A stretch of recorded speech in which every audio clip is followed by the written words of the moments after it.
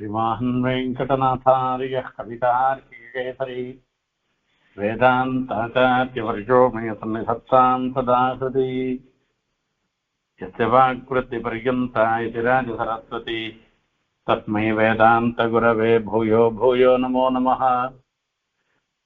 विशुद्धविज्ञानघनस्वरूपं विज्ञानविश्राणनबद्धदीक्षं दयानिधिं देहभृतां शरण्यं देवं हयग्रीवमहं प्रपद्ये।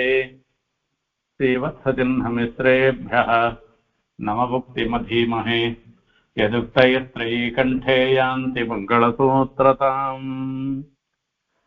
मकुटमकुटमालोत्तं सचूडाललामस्वलकतिलकमाला कुण्डलैः सोऽर्ध्वपुण्ड्रैः मणिवरवरमालाहारकेयूरकण्ठ्यैः तुलसीकटककाञ्ची नूपुराद्यैश्च भूषैः असिजलजरथाङ्गैः सार्ङ्गकौमोदकीभ्याम् अगणितगुणजालैरायुधैरप्यथान्यैः सततविततशोभम् पद्मनाभं वनाद्रेः उपवनसुखलीलम् सुन्दरं वन्दिसीय।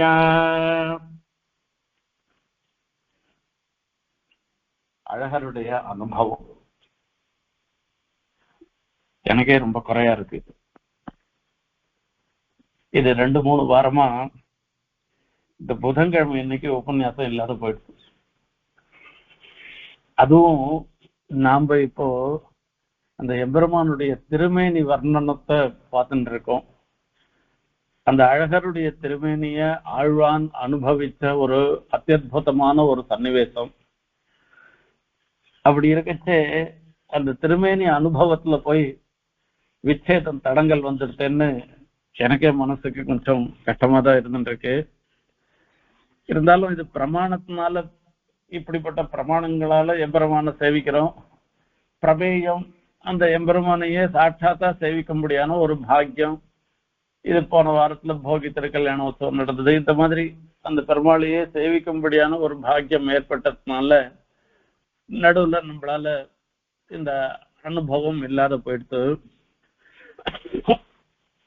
இன்றைய தினத்துல 2 ஸ்லோகம் 37, 38 இந்த 2 ஸ்லோகங்களையும் சேர்ந்து ஒரு சுழக்கம்னு சொல்றது. 2 ஸ்லோகங்களையும் சேர்ந்து ஒரு அன்வயம் அதை பாக்குறோம்.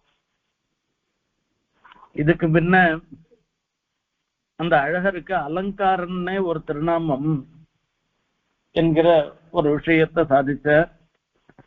கிண்ணுத்வயம் சுவாத்ம விபூஷணம் பவன்னு அசாவ் அலங்கார இதீரிதோ ஜனைஹி வர்திஷ்டு பால துருமசண்ட மண்டிதம் வனாச்சலம் வா பரித பிரசாதன்னு சொல்லி சொன்னார். இந்த திருமாலிரும் சொல்லில எழுந்தருளி இருக்கிற அழக தானாகவே தன் திருமேனிக்கு அலங்காரமாக இருக்கிறபடினால இந்த எம்பெருமான சேவிச்சவாள்லாம் அலங்காரம்னே அவரை சொல்லின்னு இருக்கா. அப்படிப்பட்ட எம்பெருமான் அலங்காரன்ற திருநாமத்தோடு இருந்துருக்கச்சே இவருக்கு திவ்யாபரணங்கள் திவ்யாயுதங்கள் இவைகள்லாம் வேற அலங்காரமாக இருக்கணுமா என்னன்னு ஒரு கேள்வி கேட்டுண்டு, அந்த பெருமாளுக்கு அலங்காரமாக இல்ல இந்த திவ்யாயுதங்கள்லாம் அந்த எம்பெருமான ஆசிரியிச்சு அது மூலமாக அவைகள் நிறம் பெறுகின்றன. அந்த பெருமாள் சாத்தின் இருக்கிற இந்த மகுட்டமோ மகுட்ட மாலையோ இது எல்லாமே அந்த அழகரை ஆசிரியிச்சு இருக்கிறதுனால தன்னை சொல்லிக்கச்சே எப்படி சொல்லிக்கலாம் அப்படின்னா, இந்த மகுட்டம் எப்பேற்பட்ட மகுட்டம், இந்த திவ்யாபரணம் திவ்யாயுதம் இது எப்பேற்பட்டதுன்னா அலங்காரர் அழகர் என்றெல்லாம் பிரசித்தமாக லோக சம்ரக்ஷணம் பண்ணிட்டு ஜெகத்காரண பூதமாக இருந்திருக்கிற அந்த எம்பெருமானுடைய திவ்யமங்கள விக்கிரகம், அந்த திவ்யமங்கள விக்கிரகத்தை ஆசிரியிச்சிருக்கிற வஸ்து இது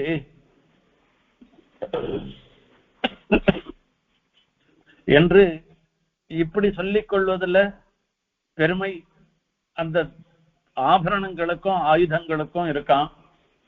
அதுக்காக தான் அந்த எம்பெருமான் இந்த ஆபரணங்களையும் ஆயுதங்களையும் சாத்திண்டு சேவை சாய்க்கிறார் என்பதாக சொல்றார்.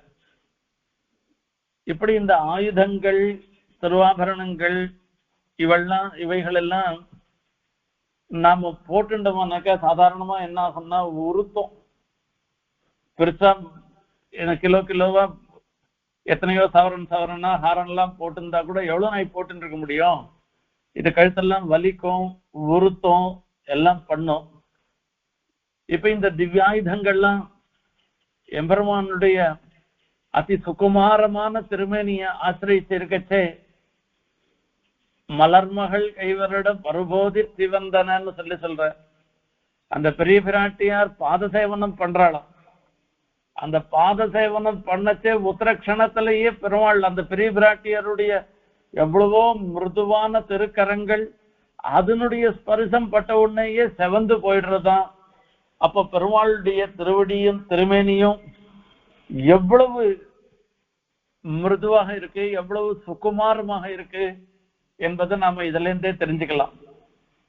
அப்போ இப்ப இந்த ஆபரணங்களும் திவ்யாயுதங்களும் அதி சுகுமாரமான எம்பெருமானுடைய திருமேனிய கணக்கு ஆசிரியிச்சாக்க அப்ப எம்பெருமானுக்கு ஏதான ஒரு சிரமம் ஏற்படுமோ என்னமோன்னு ஒரு எண்ணம் நமக்கு வரலாம். சாதாரணமா நம்மளே பார்ப்போம், ராத்திரி பரியங்கத்துல பெருமாள் ஏழ்ருக்கச்சே வெறும் யஜ்னோபவீத்தம் திருமார்பனாச்சியார் அரணால் இது மாத்திரம்தான் இருக்கும். மீதி திவ்யாபரணங்கள்லாம் களைஞ்சிடுவோம். அதே மாதிரி ஒரு சாதாரண நூல் வஸ்திரம் தான் சாத்தின்னு இருப்பேர். அந்த பட்டு வஸ்திரம் கூட அந்த பரியங்கத்துல இருக்கச்சே சாத்திக்க மாட்டேன். இப்படி ஒரு அதி சுகுமாரமான திருமேனியில போய் இத்தனை திவ்யாபரணங்களும் சேர்ந்ததுன்னாக்க அந்த திருமேனிக்கே எதனா ஒரு சிரமம் ஏற்படுமா? அப்படிப்பட்ட திவ்யாபரணங்களா என்று கேட்டா அது இல்லையா. இங்க வேணா நம்ம பார்க்கச்சே இந்த சவரன் ஏற ஏற அதுக்கெல்லாம் பலு அதிகமாறுதெல்லாம் இருந்துட்டு இருக்கோம். சுகஸ்பர்ஷைஹி நித்யைஹி குசும சுகுமாராங்க சுகதைஹி சுசௌகந்தியைஹி திவ்யாபரண கண திவ்யாயுத கணைஹின்னு சொல்ற சுகஸ்பர்சமாக இருந்துருக்கு. எப்பொழுதுமே சுகஸ்பர்சம்.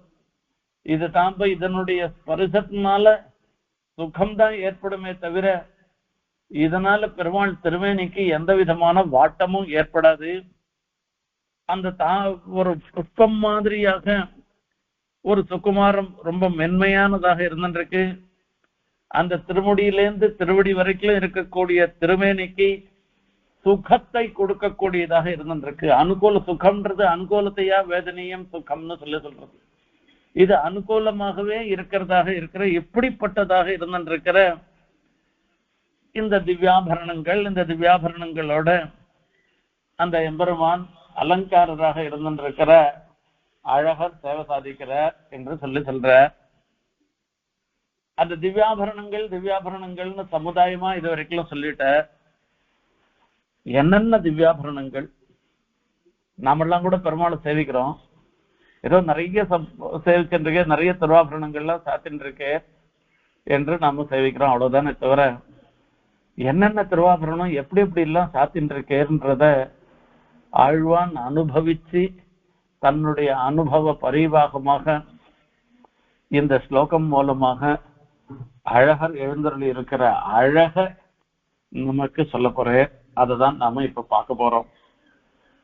மகுடம் மகுடம் மஹலோத்தம் சூடாலலாம ஸ்வலக திலக மாலா குண்டலைஹி சோர்வபுண்ட்ரைஹி மணிவரவனமாலா ஹாரகேயூர கண்டைஹி துளசி கடக காஞ்சி நோபுராத்யைஸ்ச பூஷைஹி அசிஜலஜரதங்கைஹி சார்ங்க கௌமோதகீभ्याम् அகணித குணஜாலைஹி आयुधैरप्यथान्यैः सतत वितत शोभं पद्मनाभं वनाद्रेः उपवन सुखलीतं सुंदरं वन्दिशीय. திருமுடியிலிருந்து திருவடி வரைக்கும் அந்த எம்பெருமானுடைய திருமேனிய ஆழ்வான் அனுபவிக்கிற அந்த திருமுடியிலிருந்து இருக்கச்சே அந்த ஆழ்வானுடைய அனுபவத்தை சாதிக்கிற மகுட மகுட மாலா. மகுட்டம் அந்த திவ்யாபிஷேகம், அதாவது பெருமாள் சாத்தின் இருக்கிற ஒரு கிரீட்டம். இதுக்கு திருவபிஷேகம் என்பதாக பேரு. இந்த திருவபிஷேகத்துக்கும் மகுட்டத்துக்கும் கொஞ்சம் வித்தியாசம் இருக்கு. அந்த திருவபிஷேகம்ன்றது அந்த கிரீட்டம்னு சொல்றது இருக்கு, அது நீண்டதாக இருந்துருக்கும். இந்த மகுட்டம்ன்றது எப்படி இருக்கும்னாக்க கொஞ்சம் ஒரு வட்ட வடிவத்துல உருண்டை வடிவத்துல இருந்துட்டு இருக்கக்கூடியது மகுட்டம்னு சொல்லி சொல்றது. இப்படி இது சிரஸ்ல அணியக்கூடிய ஒரு அற்புதமான ஒரு ஆபரணம் கிரீட்டம். இந்த கிரீட்டத்துல பார்த்தோம்னாக்க லோகத்துல நாம எத்தனையோ திவ்யதேசங்கள்ல பெருமாளை சேவிக்கிறோம். இந்த பெருமாளை சேவிக்கச்சே ரங்கநாதனை சேவிக்கச்சு போனாக்க பாண்டியன் கொண்டேன்னு சாத்தின்னு பேர். அந்த பாண்டியன் கொண்ட பின்னாடி இதுவா இருக்கும், அது கொஞ்சம் மேல போய் நுனியில போய் வளைஞ்சு பின்னாடி ஒரு ரவுண்டா இருந்துட்டு இருக்கும், அது பாண்டியன் கொண்டேன்னு பேரு. அந்த ஏகாதசி அன்னைக்கு, வைகுண்ட ஏகாதசி அன்னைக்கு ரத்னாங்கி சமர்ப்பிச்சுண்டு, பெருமாள் திருமேனியில் ரத்னாங்கி சமர்ப்பிச்சுண்டு ரெண்டு பக்கத்துலயும் கிளி இருக்க அந்த பெருமாள் அந்த திருமேனியில ரங்கநாதன் நம்பெருமாள் அந்த பாண்டியன் கொண்டைய சாத்திண்டு எழுது. அவருக்கு அது விசேஷமான ஒரு மகுட்டம், அந்த சிரஸ்ல அணியக்கூடிய ஆபரணம். அதே மாதிரி தேவ பெருமாளுக்கு வெங்கடாத்திரி கொண்டேன்னு ஒரு கொண்டை, அதுவும் துவஜாரோகணத்தன்னைக்கு ஹம்சவாகனத்தன்னைக்கு அப்பெல்லாம் அந்த வெங்கடாத்திரி கொண்டைய சாத்திண்டு எழுது. அது தேவ பெருமாளுக்கே ஏற்பட்டது. அது உருண்டையாகவும் மேல ஒரு அதுல ஒரு குமிழ் இருக்கும். அந்த வெங்கடாத்திரி கொண்டை அதுக்கு திட்டமாக தாயார் உபயநாச்சிமா இருக்கும் இருந்துட்டு அது பெருமாள் ஆச்சரியமா அந்த வெங்கடாத்திரி கொண்டையில சாத்தின்றவர். அது மொத்தம் கல்ல எழுச்சி அது அப்படியே ரத்னங்கள்லாம் எழுச்சி அவ்வளவு அற்புதமாக இருந்துட்டு இருக்கும். இதெல்லாம் சமர்ப்பிச்சவர் யார் தெரியுமா? அந்த வெங்கடாத்திரின்றவ ஒரு சாதாரண பக்தர் தான். அவர் ஒன்றும் பெரிய பணக்காரர்லாம் இல்லை. அந்த தேவப்பெருமாள் திருமேனியில இப்படிப்பட்ட ஒரு திவ்யாபரணம் இருக்கணும், இதை சேவிக்கணும்னு அவருடைய ஒரு பக்தி தான் இந்த மாதிரி அமைஞ்சது. இப்படிப்பட்ட ஒரு திருவாபரணமாக அந்த பெருமாளுடைய வெங்கடாத்திரி கொண்டது அமைஞ்சிருக்கு. நாம பணத்தினால நாம இந்த காரியத்தை சாதிச்சிடலாம் அந்த காரியத்தை சாதிச்சிடலாம்னு நினைச்சோமானாக்க அது அமையாது. அங்க பெருமாள் திருவாபரணமோ அந்த பெருமாள் சாத்தின்னு இருக்கிற கொண்ட மகுட்டம் இதெல்லாம் கூட அமையணும்னாக்க அங்க பக்தி இருக்கணும். இவ சமர்ப்பிக்கிறவாளுக்கு பக்தி இருக்கணும், அதை பண்றவாளுக்கு அந்த சிற்பிக்கு பக்தி இருக்கணும், அந்த மாதிரி எல்லாருக்கும் பக்தி இருக்கணும். அது மகுட்டம். திருவேங்கடமுடைய கருடோத்சவத்தின்னைக்கு சாத்தின்ற பேர் ஒரு வைரத்தால ஆன ஒரு மகுட்டம். இது ஒவ்வொருத்தருக்கும் ஒரு விசேஷத்துக்காக நான் சொல்றேன். அமுதன் பச்சைக்கல்லாலன்னு ஒரு கிரீட்டம் ஆச்சரியமா திருவபிஷேகம் சமர்ப்பிச்சுட்டு இது அமுதன் இடத்துல தான் பார்க்க முடியும். அந்த மாதிரி அழகு இன்னொரு இடத்துல வராது. இப்படி மகுட்டம் அந்த பெருமாளுடைய அந்த கிரீட்டத்தை மங்களாசாசனம் பண்ற அதுலயே தங்கிடுறார். அதுக்கப்புறமா மகுட மாலா என்பதாக சொல்ற அந்த திருவபிஷேகம், அந்த திருவபிஷேகத்துல கூட அதோட கூட ஒரு அந்த மகுட மாலைன்னு சொல்லிட்டு இதை சுற்றி இருக்கக்கூடிய ஒரு ரத்தன மாலை. இது எல்லா இடத்துலயும் இருக்காது, சில சில இடங்கள்ல தான் இருக்கும். இப்ப திருவேங்கடமுடையானுடைய கருடோத்சவத்துல நாம சேவிச்சோம்னாக்கா அந்த மகுட்டம் சமர்ப்பிச்சுன்ற பேர் மகுட்டத்திலேயே அந்த வெளியில 2-3 வரிசையில அந்த ரத்ன மாலை மேலேந்து அப்படி ஒரு வளவு வளவா இருந்துட்டு இருக்கும், அதுவும் நமக்கு சேவையாகும். இதெல்லாம் ஒரு அற்புதமான ஒரு சேவை. அது அத மக்குட்ட மாலான்னு சொல்றது. இன்னும் சில இடங்கள்ல என்ன பண்ணுவா அப்படின்னு கேட்டா, அந்த கிரீட்டத்து மேலேயே ஒரு புஷ்பத்தால ஒரு அலங்காரம், ஒரு சுத்தி அலங்காரம் பண்ணுவா. ரங்கநாதனுக்கு சேவிச்சோமானாக்க அந்த கிரீட்டத்துல சமர்ப்பிக்கிறதுக்குன்னே ஒரு திட்டமா இருந்துட்டு இருக்கும். தாயார் சன்னதியில போனோம்னாக்கா நல்ல கம்மனு வாசனையோட மல்லி புஷ்பத்துல நல்ல மல்லி, அதுக்குன்னு எங்கேருந்து வருமோ தெரியாது, தாயார் சன்னதி மல்லின்னா அவ்வளவு வாசனையோடையும் அவ்வளவு நல்ல பெருசு பெருசா நல்ல அலர்ந்தது மொட்டோட அப்படி இருந்துட்டு இருக்கோம், அந்த விழுவிழின்னு இருந்துட்டு இருக்கோம். அதால அந்த தாயார் கிரீட்டத்துல திருவபிஷேகத்துல சாத்திக்கிற ஒரு மாலை ஒரு ரவுண்டா இருந்துட்டு இருக்கும், அத மக்குட்ட மாலைன்னு சொல்றது. இந்த மக்குட்ட மாலை புஷ்பத்னால ஆனதை நாம சேவிக்கிறோம், ரத்னத்னாலேயே ஆனதாக இருந்துட்டு இருக்கோம். அப்படி திருவேங்கடமுடியான் விஷயத்துல இந்த மக்குட்ட மாலையை நாம சேவிக்கலாம். மக்குட்ட மக்குட்ட மாலோ தம் சூடாலும் உத்தம்சம் அப்படின்னு சொன்ன இந்த கிரீட்டத்துல முகப்புல ஒரு ரத்னம் இருக்கும். திருவேங்கடமுடியானுடைய மக்குட்டத்துல பார்த்தோம்னாக்கா பெருசா ஒரு பச்சை கல் இருந்துட்டு இருக்கும். தேவப்பெருமாளுடைய வெங்கடாத்திரி கொண்டையில பார்த்தோம்னாக்கா ஒரு சேப்பு கல் இருக்கும், ரத்னம் இருக்கும். அது கொஞ்சம் எல்லாத்த காட்டிலும் மீதி ரத்னங்களை காட்டிலும் பெருசா இருந்துட்டு இருக்கும். அதை சுத்தி மீதி வைரங்கள்லாம் இருந்துட்டு இருக்கும். அந்த மாதிரி அதுக்கு உத்தம்சம்னு பேரு. அந்த கிரீட்டத்தினுடைய முகப்புல வைக்கக்கூடிய ஒரு ரத்னம். அந்த ரத்னத்தை, அந்த வெறும் கிரீட்டத்தை மாத்திரம் சேவிச்சன்னு இல்ல, அந்த திருவபிஷேகத்தோட இருந்துட்டு இருக்கிற மக்குட்ட மாலையோடு இல்லாத அந்த மக்குட்டத்துல இருக்கக்கூடிய ரத்னம் அர்த்த சேவிக்கிறது.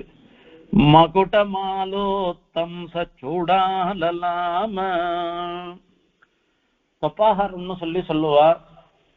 இது கருடோத்சவத்துல எல்லாம் தேவப்பெருமாள் வந்து சாத்தி பேர் அது அப்படியே கல்லழிச்சு அது பின்னாடி வளைஞ்சு பெருசா இருந்துட்டு இருக்கும். அது எப்படி இருக்கும்னாக்கா அந்த திருமுக மண்டலத்துல இருந்து ஆரம்பிச்சு அந்த மேல் வரைக்கும் போய் அப்படி வளைஞ்சு இந்த பின்னாடியும் ஆச்சரியமா விவசாயம் அப்படிப்பட்டதாக இருந்துட்டு இருக்கக்கூடிய ஒரு சூடால் அல்லாமும். சுவலக திலக மாலா குண்டலை சோர்த புன்றை. சுவலகம் அலக்கம்னா மின்னிச்சு சொல்லுவா. அந்த நெத்திக்கட்டுல சுவாபாவிகமா இருக்கக்கூடிய முடி, அந்த முடி அந்த தலை முடியோட மீதியோட தலை பின்னெல்லாம் பின்னிக்கிறோமே, அந்த பின்னிக்கிறதோ இல்ல முடிச்சு போட்டுக்கிறாள, அதோட அந்த கேசம் சேராது. அது நெத்தியில அது சுருண்டு சுருண்டு சுருண்டு அதுக்கு ஒரு நெத்திக்கு ஒரு அழகை கொடுக்கும். இது சுவாபாவிகம். இந்த காலத்துல சில ஸ்திரீக்கள்லாம் பண்ணிக்கிறா, அந்த மாதிரி இல்ல. அது பெருமாள் திருமேனியில அது சுவாபாவிகமா இருக்கிறது. இந்த சுவாபாவிகமா இருக்கக்கூடிய இந்த அலக்கம் இருக்க, இது என்ன ஆபரணம் அண்ணா? இத்த போய் இந்த இடத்துல மக்குட்ட மாலோ தம்ச சூடால் அல்லாமன்னு சொல்லி அதோட கூட அலக்கத்தையும் சொல்றாரு. என்ன கேட்டேன், அந்த பெருமாள் திருமேனிக்கு அழகூட்டுவதாக எது இருக்கோ அது எல்லாத்தையும் அனுபவிக்கும். அந்த அழகருடைய திருமேனியில அந்த திருமுக மண்டலத்தை சேவிக்கிறேன். மேல சேவிச்ச உடனே அந்த கிரீட்டத்தை சேவிக்கிறேன். கிரீட்டத்துல இருந்து அந்த கிரீட்ட மாலை அதெல்லாம் பார்த்து சேவிச்சுட்டு அதுல இருக்கக்கூடிய ரத்னம் இதெல்லாம் உத்தம்சம் தொப்பாகாரம் பின்னாடி இருக்கிறது, இது எல்லாத்தையும் சேவிச்ச உடனே அப்படியே அந்த திருநெத்தி கட்டுல அப்படி சுருண்டு சுருண்டு மேல இருந்துட்டு இருக்கான். அது அலக்கம். திலக்கமான மாலா. திலக்க மாலைன்றது என்னன்னா நெத்தி சுட்டின்னு சொல்லுவா. இந்த பெண்கள்லாம் அணிவா. இது மேலேந்து அந்த இடத்துல திலக்கத்துக்கு கீழே அது திலக்கத்துக்கு முன்னையே ஒரு சுட்டி மாதிரி இருக்கும், ஒரு குட்டியா ஒரு பதக்கம் மாதிரி இருந்துட்டு இருக்கும். அதுக்கு திலக்க மாலைன்னு சொல்றது. அது நெத்தி சுட்டு அப்படின்னு திருநெத்தி சுட்டாக சொல்றது. இது முத்தாலா இருக்கும், முத்தாலானதா இருக்கும். சில இடங்கள்ல பார்த்தோம்னாக்கா வைரத்தால் இருக்கும், இப்படி சில இடத்துல பார்த்தோம்னா கெம்பு கல்லால இருக்கும். இப்படி அந்த திலக்க மாலை ஸ்வலக திலக மாலா குண்டலை ஸ்வர்த புன்றைஹி. குண்டலைஹி அந்த காதுல பெருமாள் சமர்ப்பிச்சுருக்கிற, அழகர் சமர்ப்பிச்சுருக்கிற அத்தியுதமான கடுக்கன். எப்பேற்பட்ட கடுக்கன் தெரியுமா?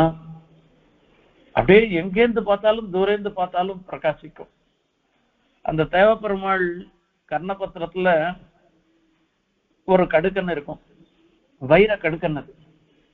அது முக்கோணம் மாதிரி இருக்கும், பட்ட தீட்டாத வைரம். அந்த எவ்வளவு திருவாபரணம் எவ்வளவு மாலை சாத்திந்தா கூட, தூரேந்து சேவிச்சமானா கூட, அந்த காதுல இருந்துருக்கிற அந்த கர்ணபத்திரத்துல இருக்கிற அந்த வைரம் கடுக்கன் இருக்கு, அது அப்படியே சேவையாகும். அதுதான் சுவாரஸ்யம். அந்த மாதிரி அழகருடைய திருமேனியில அங்க அந்த காதணியில அற்புதமான அந்த கடுக்கன் சாத்திண்டு இருந்துருக்கிறான். ஸ்வலக திலக மாலா குண்டலை சோர்த்வ புன்றைஹி. ஊர்த்வ புன்றம் சாத்தின்னு இருக்க பெருமாள், எவ்வளவு அழகு! உத்தரத்யுபரி புண்ணியஜனாநிதி ஊர்த்வதாஸ்ரயண சூச்சித சக்தின்னு.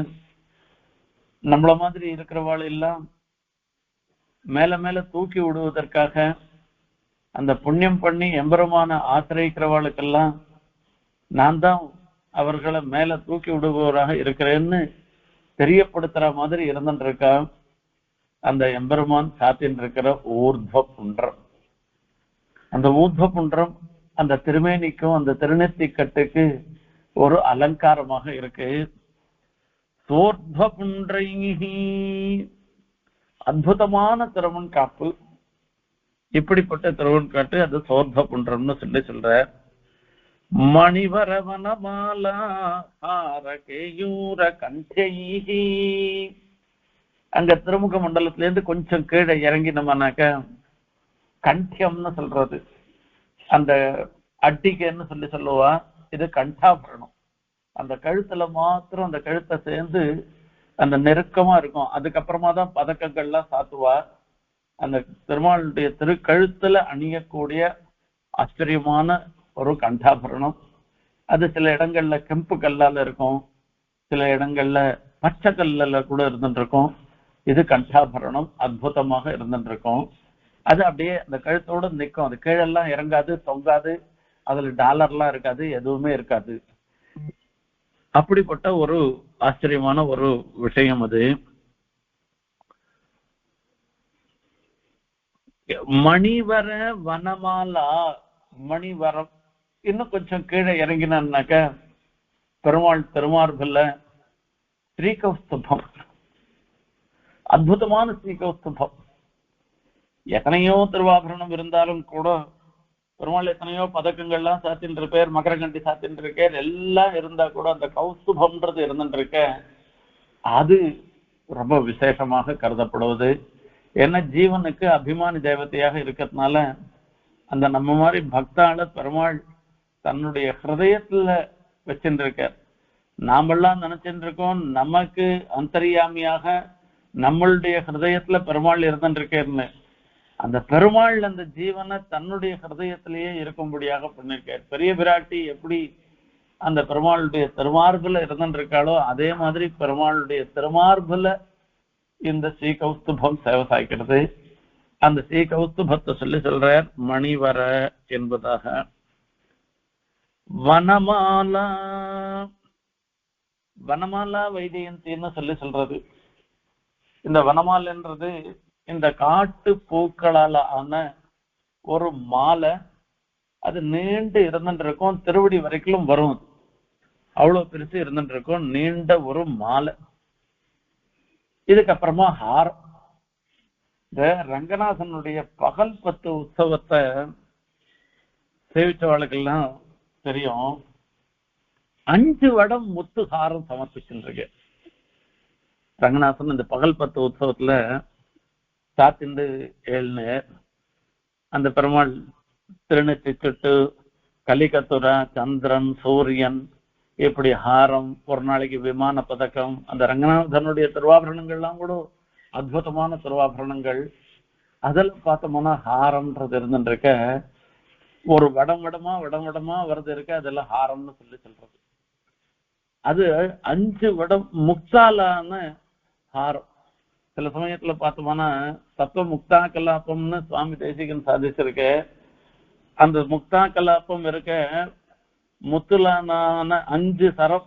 அதுல சொல்லச்சு ஜடதிரவிய சரம், ஜீவசரம், புத்தி சரம், இப்படி எல்லாம் 5 சரம் சொல்ல. ஒவ்வொரு பரிச்சேதத்துக்கு ஒவ்வொரு பகுதிக்கு சரம்னு பேர் வச்சிருக்க.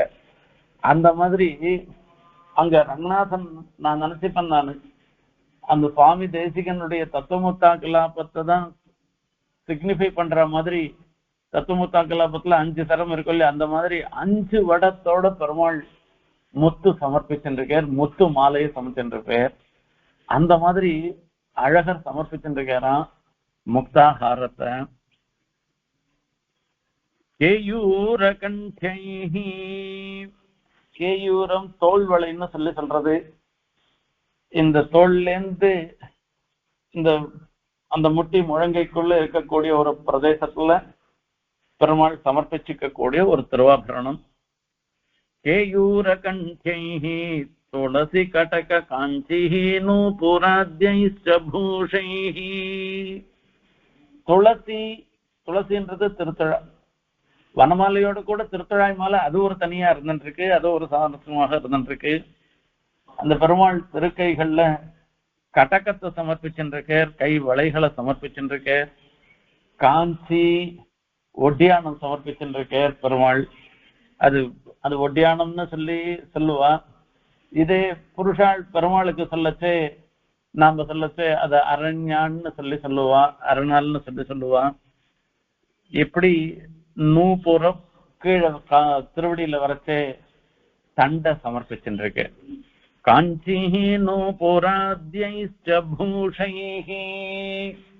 இத்தனை திருவாபரணங்களோடையும் அழகர் சேவை சாதிச்சாராம். இனிமே இன்னொரு வாட்டி பெருமாளை சேவிச்சோம்னாக்க இத்தனை திருவாபரணங்களையும் ஆழ்வான் மங்களாசாசனம் பண்ண திருவாபரணங்கள்லாம் மனசுல நினைச்சுண்டு இதெல்லாம் வரிசையா சேவிச்சோம்னா நமக்கும் அந்த அனுபவம் ஏற்படும். அந்த பெருமாளுடைய திருக்கண்களை வெச்ச கண்ணை வாங்காமல் இருந்திருக்கலாம். இப்படிப்பட்ட பூஷணங்களோடையும் அசிஜல ஜரதங்கை சார்ங்க கௌமோதகீப்யாம்,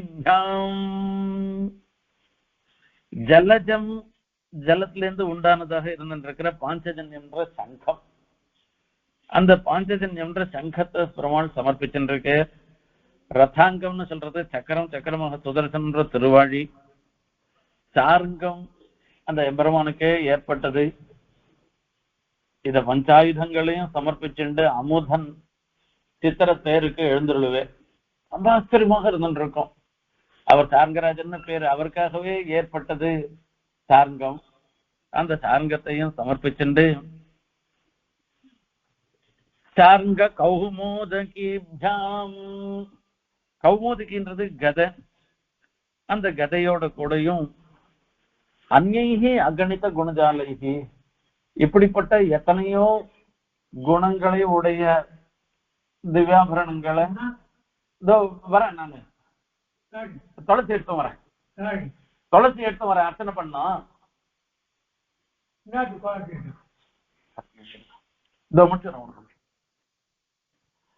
அகணித குணஜாலைஹி, இப்படிப்பட்ட ஆயுதங்கள் இவ்வளவுன்னு அதுகளுடைய விசேஷத்தை சொல்ல முடியாததாக இருந்திருக்கிற இதுகளோட சதத விதத சோபம், எப்பொழுதும் எல்லா இடத்திலையும் தன்னுடைய பிரகாசத்தை பரப்பிண்டு இருக்கிற அந்த எம்பெருமான் வனாத்ரேகே உபவனம், அந்த வனாத்ரின்னு சொல்லக்கூடிய அந்த திருமாலிரும் சோலையினுடைய உத்தியான வனங்கள்ல பூங்காக்களை சுகலீலம் லோகத்துக்கு நன்மையை பண்ணுவதற்காக, இதுக்காக ஒரு விளையாட்டாக ஒரு பெருமாள் அங்க எழுந்தருள் இருக்க.